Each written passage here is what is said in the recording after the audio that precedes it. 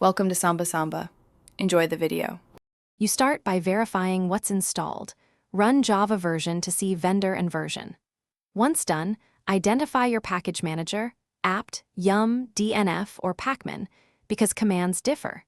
Make sure you have sudo rights and a working internet connection so repositories can be queried and downloads proceed.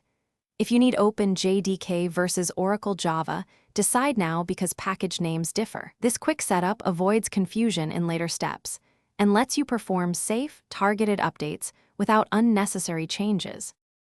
You refresh package lists, for example sudo apt update or sudo dnf check update, so you'll get the latest Java packages. Then install the chosen build. Sudo apt install OpenJDK or sudo dnf install Java 11 OpenJDevel.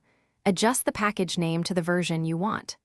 Once installed, use update alternatives or alternatives to register and set default Java and Javac binaries so all shells use the correct runtime.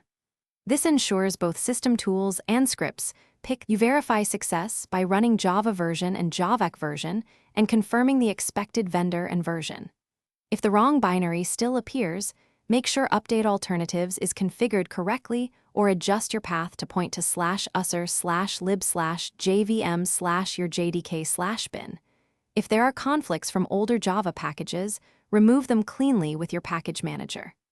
Key tip: if programs fail to run, check Java Home and alternatives first. Correcting those resolves most runtime mismatches quickly. Thanks for watching. Consider subscribing if we helped you.